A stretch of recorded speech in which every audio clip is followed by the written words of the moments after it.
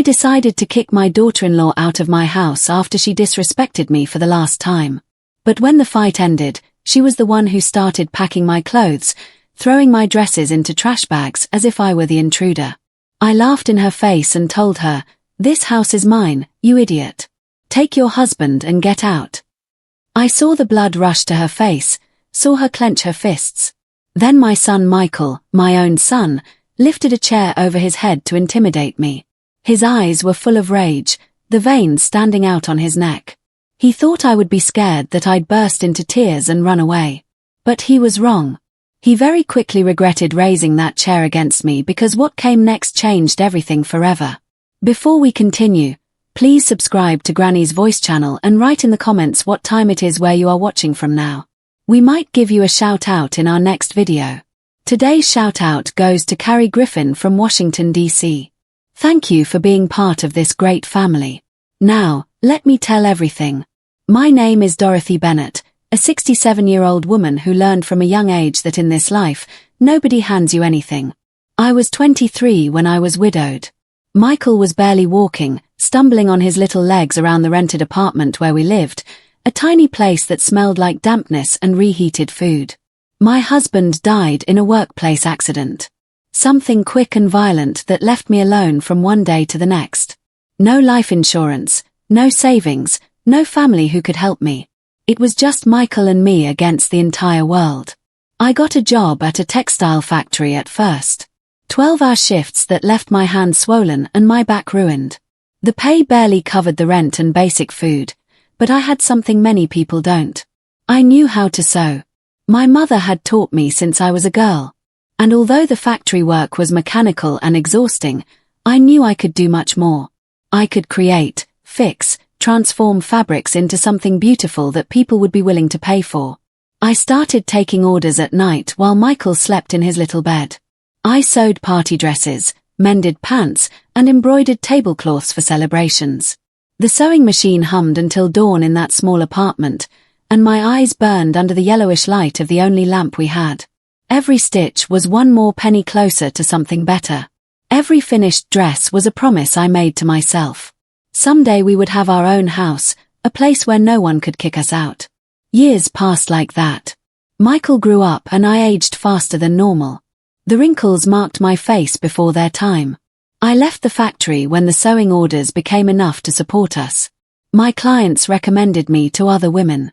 And soon I had more work than I could handle. From dresses, wedding gowns, baptism outfits. My hands never rested, but neither did my dream of having something of my own. I saved every dollar I could for 15 years. I kept the money in a metal box I hid under my bed. Crumpled bills that smelled like fabric and sweat. I didn't buy new clothes. I didn't eat out. I didn't go to the movies. Everything I earned went straight into that box, except for what was necessary for Michael to have decent shoes and be able to study. He was my priority. My reason for getting up every morning with sore fingers and tired eyes. When Michael turned 18 and got his first office job, I was 38 and had finally saved enough money for the down payment on a house. It wasn't big and it wasn't in the best neighborhood, but it was mine. I signed the papers with trembling hands. And when the closing agent handed me the deed with my name printed on it, I cried like I hadn't cried since my husband's funeral. Dorothy Bennett. Homeowner. Those two words meant I had one. That all those years of sacrifice had been worth it.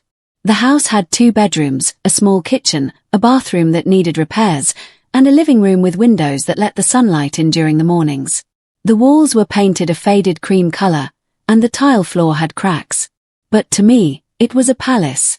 It was the place where we could finally breathe easily, where no one would knock on the door demanding rent, where we could truly put down roots. I spent weeks fixing up every corner. I painted the walls a light green shade that reminded me of spring. Hung white curtains that I sewed myself. Polished the old furniture I bought secondhand until it shined like new. Michael helped me on the weekends, carrying boxes, hammering nails, laughing while we ate peanut butter and jelly sandwiches sitting on the floor because we didn't have a table yet. Those were happy days. Days full of hope and plans for the future. I set up my sewing machine by the window in my bedroom where the natural light allowed me to work without straining my eyes so much. The smell of freshly brewed coffee in the mornings mixed with the scent of new fabrics I bought for my projects. For the first time in years, I allowed myself to dream of more than just surviving. I thought that maybe I could expand my business, hire someone to help me, perhaps even open my own little shop someday. Michael was thriving, too. He got promoted at his job, started earning more, and became a responsible and hard-working man. I was so proud of him, of how he had gotten ahead despite growing up without a father, of how he never complained about our limitations when he was a child. I felt blessed, complete. I had my house, my son was on the right track, my sewing business was flourishing, life was finally smiling at me after so many years of struggle. Then when Michael was 26, he met Victoria. At first, Victoria seemed like a normal girl. She came to my house one Sunday afternoon holding Michael's hand, smiling with that wide smile that showed all her teeth. She wore a dark green dress and high heels that clicked against the tile floor. She was pretty. I couldn't deny that. With long, dark hair styled in perfect waves. Michael was beaming. You could tell he was in love by the way he looked at her, how he rushed to pull out her chair for her to sit down. I made coffee and served the orange pound cake I had baked that morning. Victoria ate delicately, dabbing the corners of her mouth with a napkin after each bite. She talked about her job at a department store, about how she had studied business administration, but hadn't finished her degree. She said she loved the decoration of my house, although I noticed her eyes scanning the walls with a certain evaluation, as if she were calculating something.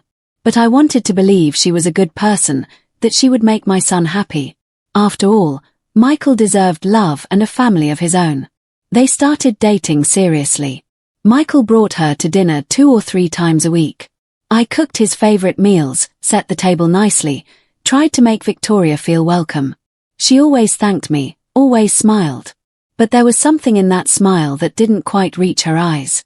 Sometimes she made small, almost imperceptible comments. She'd say things like, the house was cozy for being so old, or that my cooking was good, even if I used a bit too much salt. Comments that sounded like compliments, but left a bitter taste in your mouth. A year later, Michael gave me the news. They were getting married. Victoria was pregnant. My heart filled with mixed emotions. On one hand, I was happy my son was starting a family. On the other, something inside me tensed up. A silent alarm I didn't know how to interpret at the time. I gave them my blessing, hugged them, told them I would support them in everything. And I kept my word. I paid for a good portion of the wedding, and I sewed Victoria's wedding dress with my own hands, an elegant design in ivory fabric that fit her perfectly. The wedding was small but beautiful. Victoria looked radiant in the dress I had worked on for weeks, every stitch made with love for my new daughter-in-law. Michael couldn't stop looking at her, and I watched them exchange vows with tears in my eyes. I thought maybe I had been wrong about my doubts, that Victoria would be a good wife and mother. Maybe those odd comments were just my imagination, my fear of losing my son. But then came the conversation that would change everything. 3 days after the wedding, Michael and Victoria showed up at my house with suitcases. Victoria had had a miscarriage. She was pale, her eyes swollen from crying. Michael looked devastated. They told me between sobs, hugging each other in my living room, and I cried with them. I made them tea, comforted them, told them they were young and could try again when they were ready. Then Michael made the request. He said they had to leave the apartment they were renting because with the wedding and medical expenses, they were out of money. He asked if they could stay with me for just a few months, just until they got back on their feet financially and could rent something new. He looked at me with those eyes I had known since he was a baby. The same eyes he used to ask me for things when he was a child. How was I going to say no to my only son at such a difficult time? I told them yes. Of course, I told them yes. My house had 2 bedrooms. Michael could have the one that had always been his and I would stay in mine. It was temporary, just a few months until they stabilized. What could possibly happen in just a few months? That same afternoon, I helped them settle their things, washed the sheets, put clean towels in the bathroom. I prepared a special dinner to lift their spirits. Victoria barely touched her food, but thanked me with a weak smile. The first week was quiet. Victoria spent most of her time in the bedroom, recovering physically and emotionally. I brought her food, made her herbal teas, tried to give her space while she processed the loss. Michael went to and from work, looking more stressed each day by the debts they had accumulated. I didn't ask much, just offered my quiet support and my house as a refuge. But in the second week, something started to change. Victoria came out of the bedroom more often, starting to move around the house with a different energy. One morning, I found her moving the living room furniture. She had pushed my favorite armchair into the corner and moved the coffee table toward the window. When I asked what she was doing, she said she just wanted to let more light in, that the old layout made everything look too dark. She said it so naturally that I didn't know how to object without sounding difficult. Another day, I came home from grocery shopping and found she had changed the kitchen curtains. The white ones I had sewn were folded on a chair, and in their place hung some brown ones she had bought. She said they matched the cabinets better. I just stared at my folded curtains, the ones I had made so carefully, and felt a lump in my throat. But I said nothing. After all, she was grieving. Maybe she just needed to feel like she had control over something. The weeks turned into months. Every time I mentioned how the apartment hunt was going, Michael would say they hadn't saved enough for the deposit yet, that prices were too high, that they just needed a little more time. And I would nod because he was my son and I couldn't throw him out on the street. But Victoria no longer acted like a temporary guest. She acted as if the house were hers. She started cooking without asking me, using my pots and pans, leaving them dirty in the sink for me to wash later. When I cooked, she'd make comments about how I'd used too much spice or that the meat was too dry. She invited her friends over without telling me, and I'd come home to find my living room full of strangers who looked at me like I was the one interrupting. One of those afternoons, one of her friends asked me if I was the housekeeper. Victoria laughed and said, no, I was her mother-in-law, but she didn't correct her friend when she assumed the house belonged to them. My sewing machine, my work tool, my source of income, started to bother her. She complained that the noise didn't let her sleep, even though I only sewed during the day. She said the threads and fabrics scattered around made the house look messy. One day, I came home and found she had stuffed several of my projects into boxes and stored them in the closet. When I protested, she told me she needed to make space, that I could sew some other time, that it wasn't a big deal. But the worst part wasn't what she did. It was what she said. The worst part was the words. Those small poisoned phrases that Victoria would drop with a smile, as if they were simple observations, comments that started as occasional and then became daily, constant, like water dripping on a stone until it wears it down. She'd say things like, at your age, you should be thinking about resting, that working so much with the sewing was going to make me blind, that older women need help because their memory starts to fail and it's dangerous for them to live alone. But I wasn't living alone. I was living in my own house with two people who were supposed to be my family. When my friend Eleanor came to visit, as she had done for years, Victoria would look annoyed. She'd sigh loudly, slam doors, turn up the volume on the television. One afternoon, Eleanor and I were having coffee in the kitchen when Victoria came in and said she needed to make dinner. And could we please go talk somewhere else because she needed the space. Eleanor looked at me uncomfortably and we finished our conversation standing in the small backyard. After that day, Eleanor started visiting less. I knew she felt unwelcome, that she didn't want to cause me trouble with my daughter-in-law. Sundays had always been sacred to me. It was the day I cooked something special. When the house smelled like home cooking and family, but Victoria started suggesting they just order takeout, that I was too tired to cook and should save my energy. When I insisted on cooking anyway, she would eat just a few bites and then say she was too full, leaving her plate almost untouched. Michael would end up eating more of her portion than mine, and I'd watch as my food got cold on the plates, rejected. One night, I overheard a conversation I wasn't supposed to hear. I had gone to the bathroom, and on my way back, I passed Michael's room. The door was slightly open, and Victoria's voice slipped through the crack. She was on the phone with someone. Probably a friend. She was saying that living with her mother-in-law was unbearable, that I was a nosy old woman who didn't know when to step aside, that the house was old and small, but at least they weren't paying rent, and that she just had to hold on a little longer until I... And here she paused. Until I wasn't a problem anymore. She didn't specify what that meant, but the tone of her voice chilled my blood. I stood frozen in the hallway, my hand over my mouth to keep from making a sound. I felt my stomach turn, my legs tremble. I went back to my room like a sleepwalker and sat on the edge of my bed in the dark. I couldn't sleep that night. I just stared at the ceiling, listening to the sounds of my own house that no longer felt like mine. The clock ticked away the hours, and I tossed and turned in the sheets, wondering at what point I had lost control of my life. The next day, I confronted Michael. I asked to speak with him alone and told him I needed to know when they planned on leaving, that 6 months had passed and I needed my space back. Michael looked at me surprised, as if the idea of leaving were completely new. He told me they still didn't have enough money, that things were tough, and how could I even think of kicking them out when Victoria was still recovering? I told him I wasn't kicking them out. I was just asking for a plan, for an approximate date. He got angry. He told me he couldn't believe I was being so selfish, that they were my family and family support each other. He stormed out, slamming the door and leaving me alone in the kitchen, feeling as if I were the villain in this story. Victoria must have found out about the conversation because that night at dinner, the atmosphere was tense and cold. Nobody spoke. The sound of silverware against the plates was the only thing that broke the uncomfortable silence. When we finished, Michael and Victoria went straight to their room and closed the door.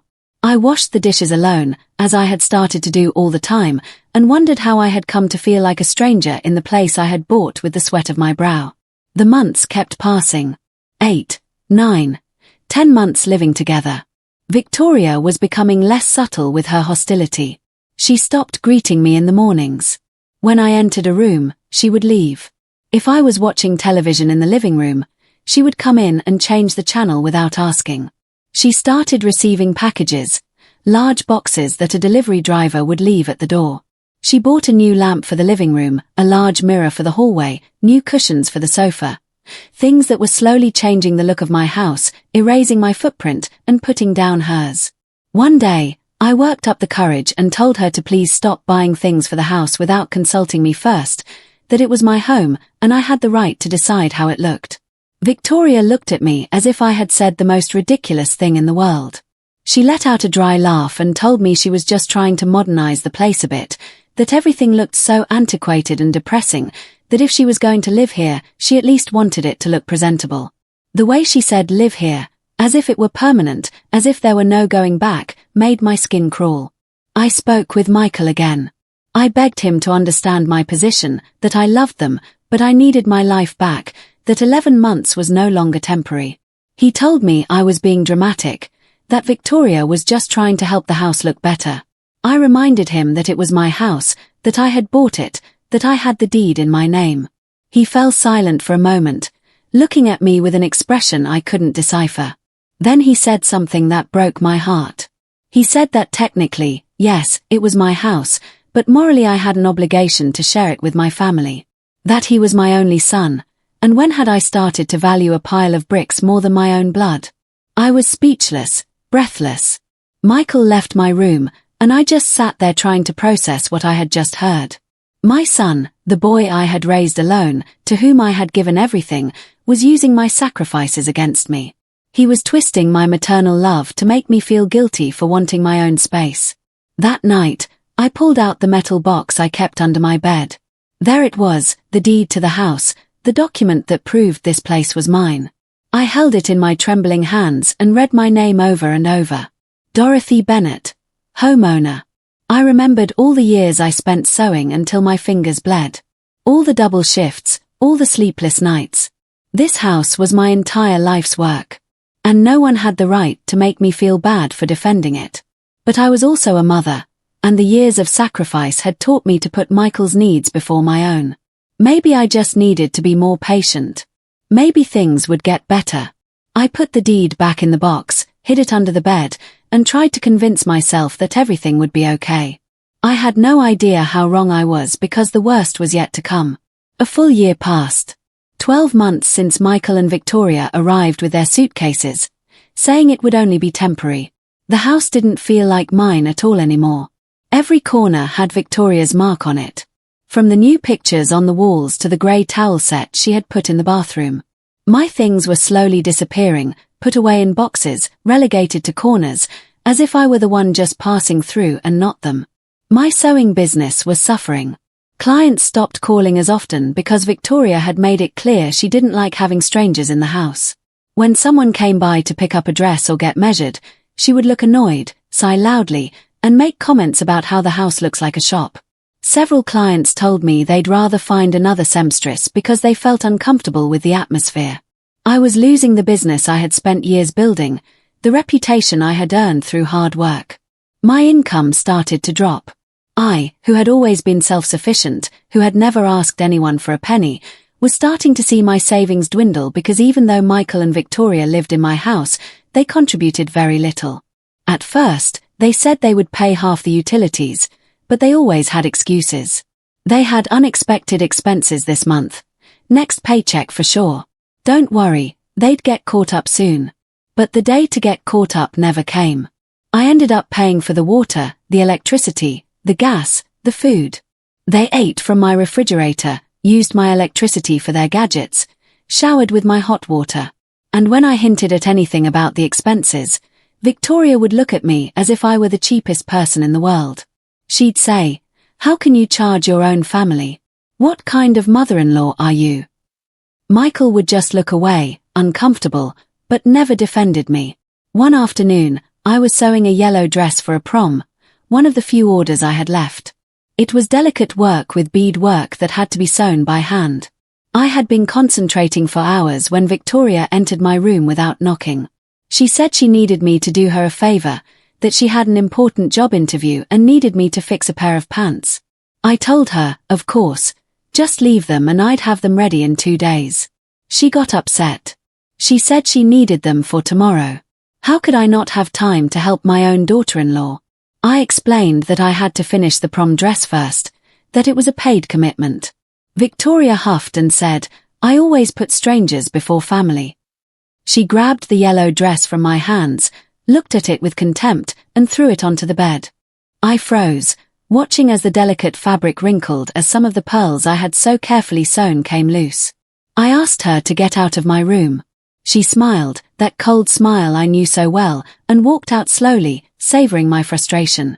I had to work until 3 in the morning to repair the damage and finish the dress on time. My eyes were burning, my back was destroyed, but I couldn't let my client down. When I delivered the dress, the girl's mother noticed my exhaustion and asked if I was okay. I told her yes. It had just been a heavy week. But the truth was, every week was heavier than the last. The final straw came on a Thursday afternoon. I had gone to the grocery store to buy vegetables, and when I returned, I found Victoria sitting at the kitchen table with a pile of papers in front of her. She was calculating something on a calculator, frowning as she wrote numbers in a notebook. I got closer and saw they were the utility bills for the house, the water, electric, gas, and phone bills, all in my name. I asked her what she was doing.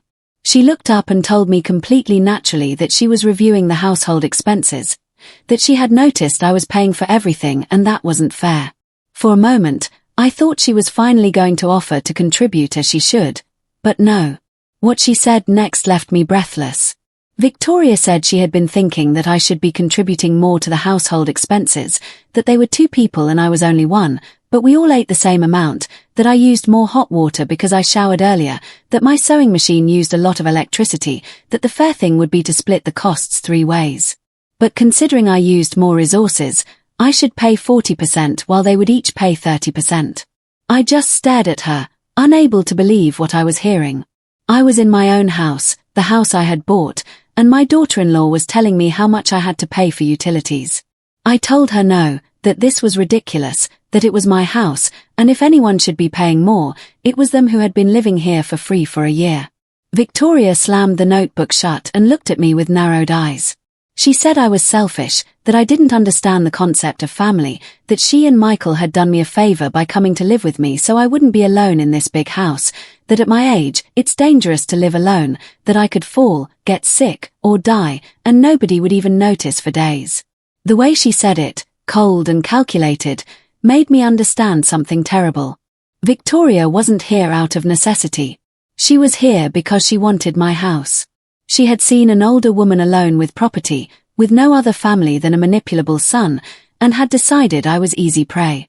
Every comment about my age, every insinuation about my health, every mention of how dangerous it was to live alone, it had all been part of a plan to make me feel like I was the one who needed them and not the other way around. That night, I pulled the metal box out from under my bed again. I opened the deed and read it completely, every word, every clause. The house was 100% in my name. Michael had no legal right to it.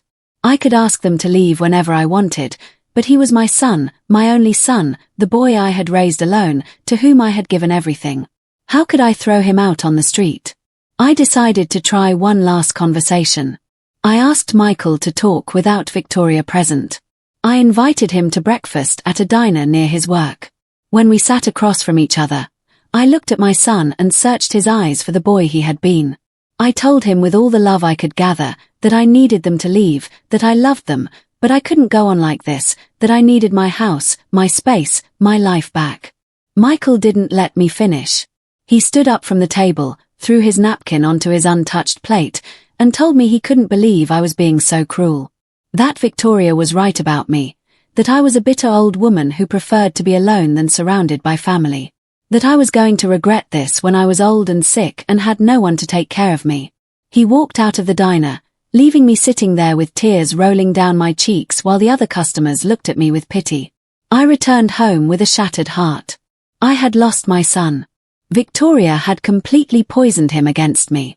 He no longer saw me as his mother, but as an obstacle, as someone selfish who stood in the way of his happiness. I went into my room, locked the door, and cried for hours. I cried for the lost years, for the wasted sacrifice, for the son I had raised who now treated me like an enemy. But something changed in me that night. Between the tears and the pain, something hardened inside my chest. A decision cold and clear as ice. I was not going to let them take what was mine. Not after everything I had fought for to get it. That night, while Michael and Victoria slept in the room that was once just my son's, I stayed awake making a plan. I gathered all the important documents, the deed to the house, the payment receipts, the utility bills in my name. I organized everything into a folder and put it in a safe place. If this was going to end badly, I needed to be prepared. The next few days were strange. Victoria and Michael barely spoke to me. They ate in their room, left early, and came back late. I used that time to call some of my old clients to try and get back some of the business I had lost. Eleanor came to visit me one afternoon, and I told her everything that was happening. She hugged me while I cried and told me I had every right to ask them to leave, that this was my house and my life. But then something happened that changed everything. One Tuesday afternoon, I was in my room sewing when I heard raised voices in the living room. It was Victoria on the phone. And even though I didn't want to listen, her voice was so loud it came right through the walls. She was talking to someone about money, about an investment. She mentioned an amount, $20,000. She said they would have access to that money soon, that it was just a matter of time. My blood ran cold. I had exactly $20,000 saved. It was the money I had put away for years. My safety net, what I had left after buying the house and maintaining it. I had it in a bank account in my name. But Michael knew about those savings. I had mentioned it to him years ago, back when I still trusted him completely. Back when he was still my boy and not this stranger living in my house. I left my room, my heart pounding so hard I thought it would burst from my chest. Victoria had already hung up the phone and was in the kitchen making coffee. I asked her directly what money she was talking about. She turned around with that cold smile that terrified me. She told me not to worry about it, that it was none of my business. I told her that if she was talking about my savings, then it was absolutely my business. Victoria set her mug down on the counter with a thud, spilling coffee. She told me that money should be for the whole family, not just me, that I was a selfish old woman who was hoarding resources that could help my son get ahead. That Michael deserved that money more than I did because he has his whole life ahead of him while I've already lived mine. That the fair thing would be for me to put up that money so they could invest it in a business, in their future. I told her she was completely crazy if she thought I was going to give them my money. That it was the fruit of my labor, my sacrifices, and I had no obligation to share it with anyone. Victoria got close to me. So close I could see the veins in her neck. the pure hatred in her eyes. She told me that one way or another that money would be theirs, that I had no one else, that when I died, everything would go to Michael anyway. So why not just give it to them now when it could make a difference? The way she said when I died didn't sound like a distant event. It sounded like a threat, like a plan. I backed away, terrified, and locked myself in my room. My hands were shaking as I dialed the bank's number. I spoke to a representative and told them I wanted to change the conditions on my account, that no one but me could make withdrawals or transactions. They asked me some security questions and confirmed the changes. At least my savings were safe, but I wasn't. I barely slept that night. Every noise made me jump. I wondered if Victoria was capable of truly hurting me, if my own son would let something like that happen. The Michael I knew never would have. But that Michael didn't exist anymore. This new Michael was so blinded by his wife that he couldn't see reality. The next morning, I woke up with a knot in my stomach. Something bad was going to happen. I could feel it in my bones. I got up early and made coffee with trembling hands. Michael and Victoria came out of their room later, and I noticed Michael was holding some papers. They sat at the kitchen table and called me over. Michael's tone was strangely formal, as if he were in a business meeting and not his own home. I sat across from them, feeling the floor move beneath my feet. Michael put the papers on the table and pushed them toward me. He said they had been thinking a lot about the house situation, that they had been living here for over a year and could legally claim residency rights, that they had consulted with a lawyer, and that there was something called de facto residency. That after living in a place for a certain amount of time, you could claim rights to the property. I couldn't believe what I was hearing. My son was threatening to take my house from me using legal technicalities. I asked him if he was serious. He avoided my gaze, and it was Victoria who answered. She said they didn't want to resort to that. That they preferred to reach a civilized agreement. That the fair thing would be for me to transfer the house into Michael's name, and in exchange they would let me live here for the rest of my life. That they would even give me my own room and wouldn't charge me rent. They would let me live in my own house without charging me rent. As if they were doing me a favor, as if the 20 years I worked to buy this property meant nothing. As if all my sacrifices were invisible. Rage began to boil in my veins. A rage so intense I felt like I was going to choke on it. I told them to go to hell, that this house was mine, that I had the deed in my name, and that no cheap lawyer was going to help them steal it from me. That they had 3 days to pack their things and get out, or I would call the police myself and have them removed. Michael slammed the table with his fist, making the cups jump. He yelled at me that I couldn't just kick them out, that he was my son, that he had rights. I yelled back that the only right he had was to have been loved and raised by me, and that he had trampled on that right every single day for the last year. That the house was mine and mine alone, and if they wanted a property so badly, they should work and buy their own, just like I did. Victoria jumped up, her face red with fury. She pointed her finger at me and said I was going to regret this, that I would end up alone and abandoned just like I deserved. I told them I would rather be alone than surrounded by snakes like them, that they should get out of my sight before I did something I regretted. Michael and Victoria stormed out of the kitchen, slamming their bedroom door so hard it shook the walls. I sat at the table, my heart pounding so hard I thought I'd have a heart attack. But I also felt something else. I felt power. I felt like I had finally gotten my voice back. That afternoon, I went straight to see a real lawyer, not the charlatans they had found. I told him the whole situation and showed him my documents. The lawyer reviewed the deed and told me the house was 100% mine, that they had no legal right to it, no matter how long they had lived there, that I could ask them to leave at any time, and that if they refused, I could start the eviction process. I felt relieved but also sad because although I was legally in the right, emotionally I was devastated. He was my son, my only son, and I had reached the point of having to threaten him with lawyers and police to get my own house back. I returned home with the lawyer's documents in my purse and an iron determination in my chest. I wasn't going to let them walk all over me anymore. I wasn't going to feel guilty for defending what was mine. When I walked in, the house was silent. I thought maybe Michael and Victoria had gone out, but then I heard voices coming from my bedroom. My room. I ran down the hall and threw open the door. Victoria was kneeling next to my bed with the metal box in her hands. My box, the one I kept under the mattress with all my important documents. She had forced the lock and was going through the contents, pulling out papers, reading them with greedy eyes. Michael was standing next to her, watching the door as if he were on guard duty. When they saw me, neither of them had the decency to look ashamed. I screamed at them, asking what the hell they were doing in my room, touching my things. Victoria held up the deed to the house and waved it in the air. She said they were just verifying the documents were authentic, that they had a right to know what they were dealing with. I snatched the deed from her hands so hard it almost tore. I told her she had no right to enter my room, to touch my things, to go through my private documents. Michael stepped forward and told me to stop being dramatic, that they lived here and had a right to know their legal situation, that I was hiding information that concerned them. I told him the only information that concerned them was that they had 72 hours to get out of my house before I called the police. Victoria let out a bitter laugh, a laugh full of poison. She said she wasn't going anywhere, that this house was as much hers as it was mine, and that if anyone was leaving, it was me. I couldn't believe what I was hearing.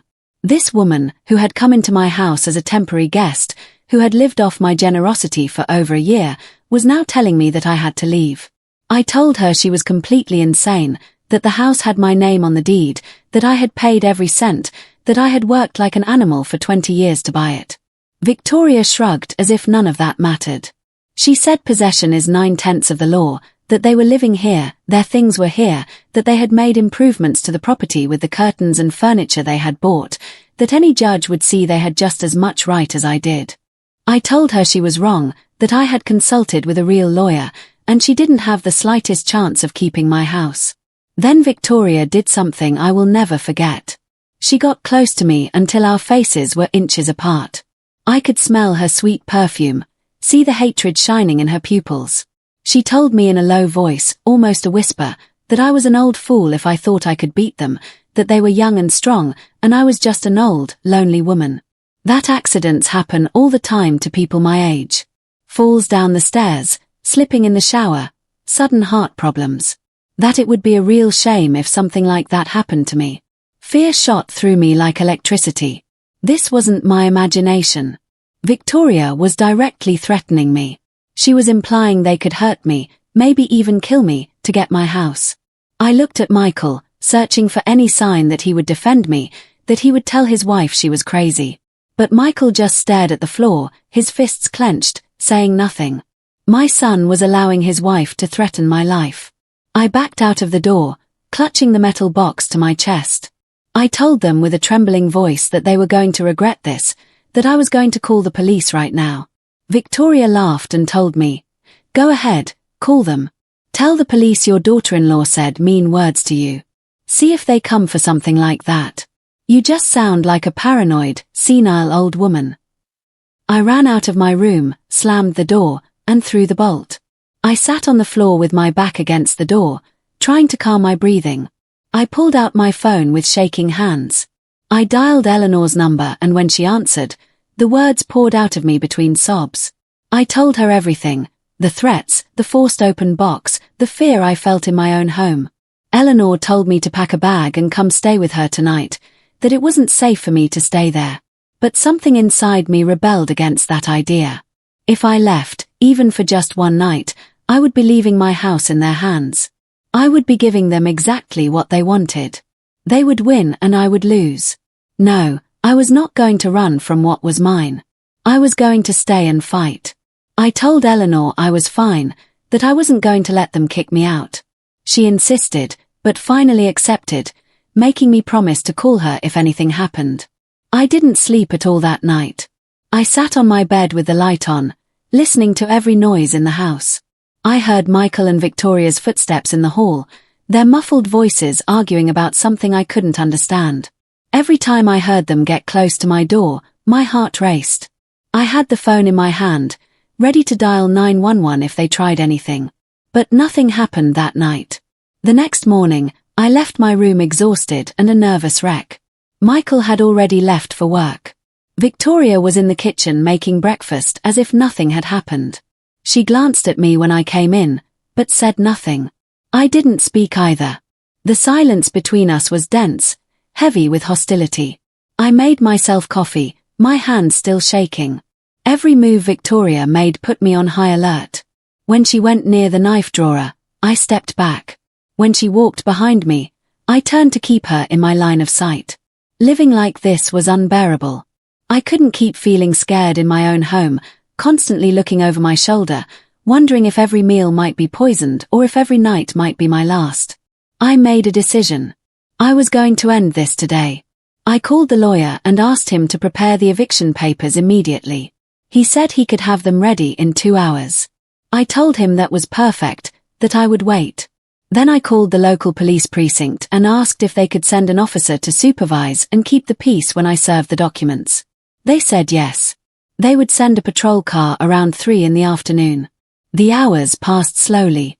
Victoria left the house around noon, probably to meet a friend and complain about her horrible mother-in-law. I used the time to take some of my most valuable things to Eleanor's house. Family photos, jewelry that had belonged to my mother, important documents. I wasn't going to risk them destroying my memories in a fit of rage. At 2 o'clock, I went to the lawyer's office and picked up the papers, the formal eviction, giving them 15 days to vacate the property. The lawyer explained that although the law said 72 hours, since they had lived there for over a year, they were entitled to 2 weeks. 15 more days sharing a house with people who hated me, who had threatened me. But at least I would have the backing of the law. I got back home just as Michael was arriving from work. Victoria was already back, too. The 3 of us were in the living room when there was a knock at the door. It was the police officers. Michael turned pale. Victoria jumped up asking what was going on. I opened the door and let the 2 officers in. One was a woman about 40 with a serious but kind expression. The other was an older man who looked at the scene professionally. I explained the situation calmly, that Michael was my son, that he and his wife had been living in my house temporarily, that the arrangement was over, and that I was now formally asking them to leave. I took out the deed and showed it to the officers. They reviewed it and nodded. Everything was in order. The house was mine. Then I took out the eviction papers and handed them to Michael. Michael took the papers with trembling hands. His eyes scanned the lines as the color drained from his face. Victoria snatched the documents from him and began to read them, her expression growing more furious. When she finished reading, she looked at me with a hatred so pure I felt it burn. The female officer explained in a calm voice that the papers were legal and binding, that they had 15 days to vacate the property, or they would face more severe legal consequences. Victoria screamed that this was an outrage, that I couldn't just throw them out on the street like this, that Michael is your son and mothers don't do this. The officer replied that Mrs. Bennett was the sole owner of the home and had every legal right to ask them to vacate. That if they had questions, they could consult their own lawyer, but the papers were in order and they had to comply. Michael finally spoke. His voice sounded broken, small, nothing like the man who had lifted a chair against me. He asked me how I could do this to them. How could you throw your own son out on the street? I looked him straight in the eye and told him, you made this decision when you allowed your wife to threaten me. When you tried to steal my house. When you broke into my room to go through my things like I was a stranger. You chose Victoria over me. And now you have to live with that choice. The officers stayed for a few more minutes to make sure the situation didn't escalate. Before they left, the female officer gave me her card and told me that if I felt I was in danger, I shouldn't hesitate to call, that they would return in 15 days to ensure the eviction was completed. When they left, the silence in the living room was deafening. Michael was still holding the papers, staring at them as if he couldn't believe they were real. Victoria was the first to react. She broke the silence with a scream of fury that echoed through the house. She told me I was going to regret this, that I didn't know who I was messing with, that she wasn't just going to leave, that if I wanted a war, I was going to get one. I replied with a calm I didn't know I possessed, that the papers spoke for themselves, that they had 15 days and not one more. That after that, if they weren't gone, I would be back with the police and they would be forcibly removed. Michael dropped the papers on the floor and walked toward me. For a moment, I thought he was going to yell, but what he did was worse. He looked at me with eyes full of tears and asked, "When did you become so cruel?" He said he thought I loved him, that he always believed that to a mother, nothing was more important than her son. How could you value a house of bricks more than your own blood? I felt something break inside me. I told him that I had loved him more than anything in this world. That I had worked until I destroyed my body to give him everything he needed. That I had stayed alone sewing until the early morning hours so he could have shoes and food and an education. That I bought this house thinking that one day he would inherit something of value, something that represented all my sacrifices. But he had spit on that love when he chose to believe his wife's lies about me. When he treated me like a burden in my own home, when he let her threaten me and did nothing to defend me. I told him that the Michael I raised, the sweet boy who used to hug me and tell me I was the best mom in the world, that Michael was dead. That the man standing in front of me was a stranger manipulated by a calculating woman who only wanted my property, that if he ever woke up and realized what he had done, it would be too late because I couldn't keep being hurt by the people who were supposed to love me. Michael opened his mouth to respond, but Victoria interrupted him. She grabbed his arm and told him not to waste his breath on me, that I had shown my true colors, that I could go to hell with my house and my loneliness. She dragged Michael toward their room, and they slammed the door so hard the pictures on the wall rattled. I stood in the middle of the living room, trembling from head to toe. I had won the legal battle, but the emotional price was devastating. He was my son, my only son, and I had just kicked him out of my house. I sat on the sofa and cried silently, hugging myself, feeling an emptiness in my chest I had never experienced before. The next few days were hell.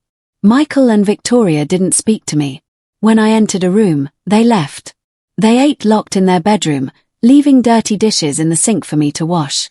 They started packing their things, but they did it with deliberate slowness, as if they wanted to torture me by extending their presence as long as possible. One night, I heard them arguing in their room. Michael's voice sounded desperate, pleading. He was telling Victoria that maybe they should try talking to me, apologizing, finding a solution. Victoria yelled at him not to be weak, that I was the one who should apologize, that if he lowered himself to beg his mother, she would leave and let him be alone. Michael went quiet after that. On the 5th day of the eviction period, I came home from the grocery store and noticed something was different. It took me a moment to realize what it was. Several of my pictures were missing from the walls. Pictures I had bought with my money that had decorated my house for years. I ran to my room and found several of my things were missing, too. An antique jewelry box that had been my mother's. A lamp that had cost me 2 months' work to buy, even some of my best bed linens.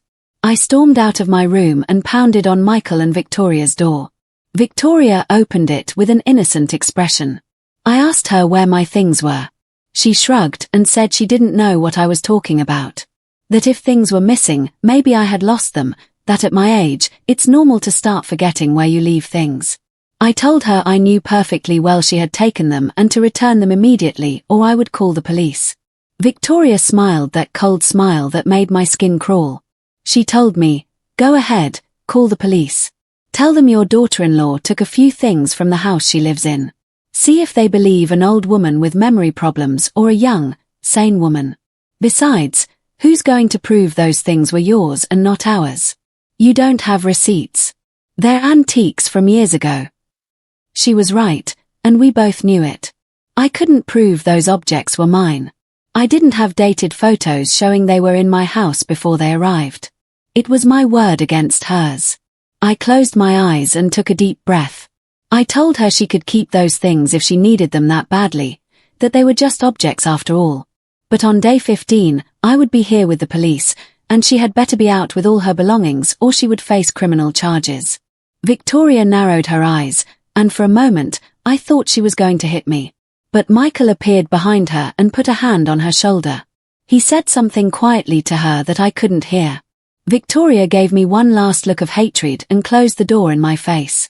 I went back to my room, feeling like my whole body ached. It wasn't a physical pain, but something deeper, a pain in my soul. I lay on my bed staring at the ceiling and thought about all the years I had worked to build a life. How it had all fallen apart in just 15 months. How I had lost my son in the process. But I also thought about how I hadn't let them defeat me. That I had fought for what was mine. That I hadn't stayed silent while they trampled me. I had found a strength inside myself I didn't know existed. A strength born from years of struggle, of survival, of getting up every time life knocked me down. The following days passed in unbearable tension. Michael and Victoria packed boxes and moved them out of the house. I stayed in my room most of the time, only coming out when I knew they weren't there. Eleanor came to visit me every day to make sure I was okay. She brought me food because I barely had an appetite. She hugged me while I cried. Finally, the 15th day arrived. I woke up that day with a knot in my stomach. It was the last day of the deadline.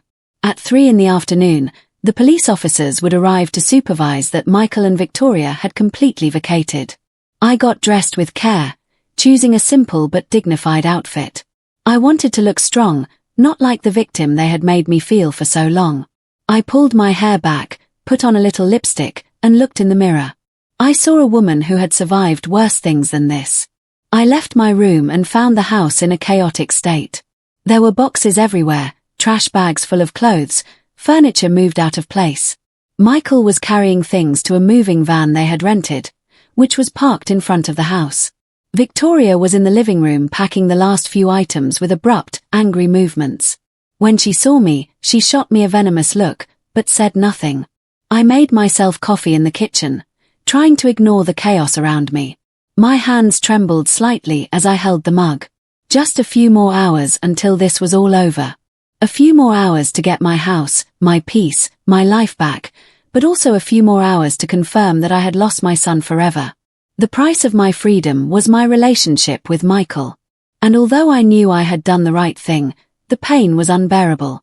By 2 in the afternoon, most of their things were loaded into the van. Michael was coming in and out of the house, sweating, his shirt sticking to his body from the effort. Every time he passed me, he averted his gaze. He couldn't look me in the eye because he knew what he had done was wrong. Part of me wanted to scream at him, to shake him, to make him wake up and see the truth. But the other part, the tired and wounded part, just wanted them to leave. Victoria came out of the room they had occupied carrying the last box. She dropped it on the floor with a thud and stood in front of me, her arms crossed. She told me she hoped I was happy, that I had gotten what I wanted, that now I could rot alone in this ugly old house, that when I was sick and dying, there would be no one to take care of me, that I would die alone like the bitter old woman I was. I replied that I would rather die alone and in peace than live surrounded by people who hated me. That she could think whatever she wanted of me, but at the end of the day, this house was mine and I had one. Victoria clenched her fists and took a step toward me. For a moment, I thought she was going to hit me. And honestly, I didn't even care anymore. But Michael appeared right then and grabbed her arm, telling her, "That's enough. Let's just go." Then Victoria did something I will never forget. She turned toward the living room and with a swift movement grabbed one of the vases left on the shelf. It was an antique vase that had belonged to my grandmother, one of the few things of sentimental value I had left. Before I could react, Victoria smashed it on the floor. The vase shattered into pieces, fragments of painted ceramic flying in every direction. The sound was like a gunshot in the tense silence of the house. I stood frozen, staring at the pieces of my vase scattered on the floor. That vase had survived decades. It had been passed down from generation to generation. It was one of the last connections I had to my grandmother. And now it was destroyed, broken into 1,000 pieces out of pure spite. I felt tears burning my eyes, but I didn't let them fall. I wouldn't give Victoria the satisfaction of seeing me cry. Michael looked at the pieces on the floor with a shocked expression. Even he seemed horrified by what his wife had just done. He said to her, "How could you do that? You're crazy." Victoria shrugged and said, "It was just an ugly old vase. Now you have one less piece of junk to worry about." She walked toward the door, deliberately stepping on the fragments, making them crunch under her shoes. In that moment, something broke inside me, too. It wasn't just sadness or pain. It was pure rage. Rage for all the months of humiliation, for the threats, for the manipulation, for seeing my son turned into a stranger. Rage for that broken vase that represented everything I had lost. I walked to the door where Victoria was standing and told her with a voice so cold it surprised even me. "Get out of my house right now before I call the police for destruction of property." Victoria laughed, but it was a humorless laugh. She said, "Yeah, we're leaving. This place stinks of old lady and failure anyway. Michael deserves better than a selfish mother who chooses walls over her own blood." She opened the door and walked out to the van. Michael stood in the doorway, looking at me with an expression I couldn't decipher. There was pain in his eyes, but also something else. Regret. Confusion. He took a step toward me and opened his mouth as if he was going to say something. I waited, my heart pounding, wondering if he was finally going to apologize, if he was going to acknowledge all the damage they had caused. But then Victoria screamed his name from the van, telling him to hurry up. Michael closed his mouth, gave me one last look, and walked out the door. I stood in the doorway watching him get into the van, watching my son, the boy I had raised, the baby I had held in my arms, drive away from me, maybe forever. The van started and began to pull away down the street. I watched until it disappeared from view, until the only thing left was the dust its tires had kicked up. At exactly 3 o'clock, the police car arrived. The same 2 officers from before got out of the car and walked up to the door. I told them that Michael and Victoria were already gone, that they had vacated before the deadline. The female officer asked for permission to inspect the property to ensure they had indeed taken all their belongings. I nodded and let them in. We walked through the house together. The room that had been Michael's was empty except for the bed and the dresser that had always been in there. The bathroom was clear of their things. The living room was messy, but free of their possessions.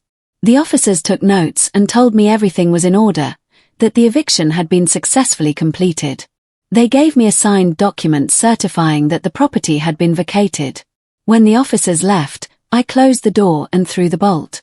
The silence that filled the house was absolute. For the first time in 15 months, I was completely alone in my own home. I leaned against the door and finally let the tears fall. I cried for everything I had lost. For my son who was no longer my son. For the years I had dedicated to raising him only for it to end like this. For that broken vase on the floor that I could never repair. But I also cried with relief. Because it was over. Because I had survived. Because my house was mine again. I slid down to the floor, my back against the door, hugging my knees, letting the tears wash away all the poison that had built up for months. I cried until there were no tears left, until all that remained was a deep exhaustion in my bones. When I finally managed to get up, I walked through the house, looking at every corner. There was a lot to clean, a lot to repair. The walls had marks where they had hung their things. The floor was scratched from dragging furniture. The kitchen was filthy. The bathroom needed a deep cleaning, but all of that could be fixed. All of that was superficial. I went to my room and pulled the metal box out from under the bed. I opened it and counted the money inside. I still had my savings intact thanks to blocking the account in time. I had enough to live with dignity, to repair the house, to move on. I took the deed in my hands and held it against my chest. This house was mine. No one had taken it from me. I had fought and I had won. Eleanor arrived an hour later just as we had planned. She brought food and a bottle of wine. She hugged me tight and told me she was proud of me, that I had done the right thing, even though it was painful. We ate dinner together in my kitchen, talking quietly, planning how I was going to rebuild my life now that I was free. That night, I slept in my bed without startling at every noise for the first time in months. The first few days after they left were strange. The house felt too big and too quiet at the same time. I'd wake up in the mornings and for a moment forget they were gone. And then I'd remember and feel a mix of relief and sadness. I had won my house back, but I had lost my son in the process. That thought haunted me at night when everything was dark and quiet. But I decided not to stay paralyzed by the pain. I started cleaning the house from top to bottom.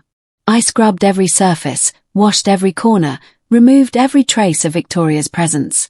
I hired a painter to redo the walls, choosing a light yellow color that made everything feel brighter and more hopeful. I bought new curtains, white and simple, just like the ones I had always loved. Slowly, my house began to feel like mine again. I called my old clients, one by one. I explained that I had been dealing with family problems, but was now fully available to take on work again. Some had already found other seamstresses, but several told me they were glad I was back, that they had missed my work. The orders started coming in again. Dresses for weddings, pant alterations, special embroidery. My sewing machine started humming by the window again, and the sound filled me with peace. One afternoon, 3 weeks after the eviction, the doorbell rang. I opened the door and found a young woman I didn't know. She was holding a lilac-colored dress in a plastic bag and asked if I was the Mrs. Bennet who did alterations. I told her I was. She explained that her sister was getting married in 2 weeks and needed her bridesmaid dress adjusted. I invited her in and took her measurements. As I worked, she told me about the wedding, about how excited her sister was. There was joy in her voice, hope. It reminded me that life goes on, that there were still good things. Eleanor came to visit me almost every day. We'd have coffee in the kitchen and talk about everything and nothing. She never mentioned Michael unless I brought him up first. She was considerate that way. She knew when to push and when to let things be. She helped me buy new furniture to replace some of the things that had been damaged. We went to a flea market together and found a beautiful dark wood dining table. We brought it home, laughing like schoolgirls as we struggled to get it up the stairs. A month after the eviction, I adopted a cat. It was a stray that showed up in my backyard one morning, thin and scared. I gave him milk and tuna, and he stayed. I named him Solace because that's what I had finally found in my life. Solace became my constant companion. He slept at the foot of my bed, sat next to me while I sewed, followed me around the house. His presence filled the silence in a way that comforted me. The weeks turned into months. Summer gave way to fall. The leaves on the trees in front of my house turned orange and brown, falling gently onto the yard. I kept working, sewing, rebuilding my life piece by piece. The pain over Michael was still there, a wound that hadn't fully healed. But I learned to live with it. I learned that a mother's love doesn't disappear just because your child disappoints you. But I also learned that loving them doesn't mean you let them destroy you. One afternoon in November, 4 months after they left, I was watering the plants in the yard when I saw a familiar figure walking down the street. It was Michael. He was alone, hands in his pockets, walking slowly as if he were gathering the courage for something. He stopped in front of my house and just stood there staring at the door. I stayed motionless, the hose in my hand, not knowing what to do. Finally, Michael walked up the driveway. He saw me standing in the yard and stopped. We looked at each other in silence for a moment that felt like an eternity. I noticed he looked different, thinner, with deep dark circles under his eyes, his clothes wrinkled. He looked like someone who had been through hard times. He opened his mouth to speak, but the words didn't come out. I saw his eyes fill with tears. I asked him where Victoria was. Michael looked down and told me she had left him, that 2 weeks after they moved out, she had met another man, someone with more money and better prospects. That one morning, he woke up and she was just gone, having taken half their things and left a note saying she didn't want to be with him anymore. He said he had been living in a tiny apartment, barely able to pay rent, eating just enough to get by. He told me he was sorry, that he had been a blind idiot, that Victoria had manipulated him from the beginning, making him believe I was the problem when it was really her. That he had realized far too late that he had lost the only person who had ever truly loved him unconditionally. That he had betrayed me in the worst way possible, and he didn't expect me to forgive him, but he needed me to know how deeply he regretted it. The tears were streaming freely down his face. Now my son, my Michael, was standing in front of me, broken and repentant. Part of me wanted to run and hug him, to tell him everything was okay, that he could come home. That maternal part that had guided my whole life screamed at me to forgive him immediately. But there was another part, the part that had learned to value itself, that knew some wounds don't heal with simple apologies. I told him I appreciated his words, that I could see he was truly sorry, but that I couldn't just forget everything that had happened, that he had threatened me, that he had allowed his wife to terrorize me in my own home, that he had tried to take away what I had worked my entire life to build, that those things leave scars that don't just disappear overnight. Michael nodded, sobbing. He said he understood, that he didn't deserve my forgiveness, that he just wanted me to know he was sorry and that if one day, even if it's years from now, you can find any space in your heart for me, please consider it. He turned to leave, his shoulders slumped in defeat. I called out to him before he reached the street. He stopped and turned to look at me. I told him that forgiveness would take time, that trust had been broken, and rebuilding it would be a long and difficult process. But if he was truly sorry, if he really wanted to fix our relationship, we could start slow. Maybe with coffee once a month. Maybe with honest conversations, with no lies or manipulations. Maybe with a lot of time and effort, we could find our way back to each other. Michael looked at me with eyes full of hope and nodded vigorously. He said he would do whatever it takes, that he would wait as long as I needed, that he would work every day to prove he had changed, that he had learned his lesson. We said goodbye with an awkward, clumsy handshake. But there was something there, a small seed of possibility. That night, I sat in my renovated living room with Solace curled up next to me and thought about everything that had happened. I had lost so much in these past months, but I had also gained something invaluable. I had found myself. I had discovered I was stronger than I thought, that I could defend what was mine, that my love for my son didn't mean I had to sacrifice my dignity and my peace. The house was silent, but it was no longer an empty, lonely silence. It was a peaceful silence, full of possibility. The freshly painted walls glowed softly in the lamplight. The white curtains moved with the breeze coming through the open window. My sewing machine waited by the window, ready for the next day's work. I looked around my living room and felt something I hadn't felt in a long time. Gratitude. Gratitude for this house that I had fought so hard to get and to keep. Gratitude for friends like Eleanor who had supported me in the darkest moments. Gratitude for the strength I had found inside myself when I needed it most. And yes, even a little gratitude for everything that had happened because it had taught me lessons I would never forget. I didn't know if Michael and I would ever have the relationship we had before. Probably not. Too much had happened. Too much had been broken. But maybe we could build something new, something different, but real. Something based on mutual respect and clear boundaries. Not just on family obligation. I stood up and walked to the window. Outside, the street was quiet under the streetlights. It was my street in front of my house in my neighborhood. All of this was mine, earned with sweat and tears and years of tireless work. Nobody had handed it to me. Nobody had taken it from me. I had fought for it and I had won. I closed the curtains, turned off the lights, and went to my room. Solace followed me, jumping onto the bed and settling into his usual spot. I laid down between clean sheets that smelled like lavender, in my bed, in my room, in my house. For the first time in over a year, I fell asleep feeling completely safe and at peace. Because in the end, I had learned the most important lesson of all. That valuing myself wasn't selfishness. It was survival. That setting boundaries wasn't cruelty. It was necessity. And that sometimes to save what really matters, you have to be willing to let it go. Now it was just me, my house, my cat, and the healing silence I had so desperately needed. And for the first time in a long time, that was more than enough.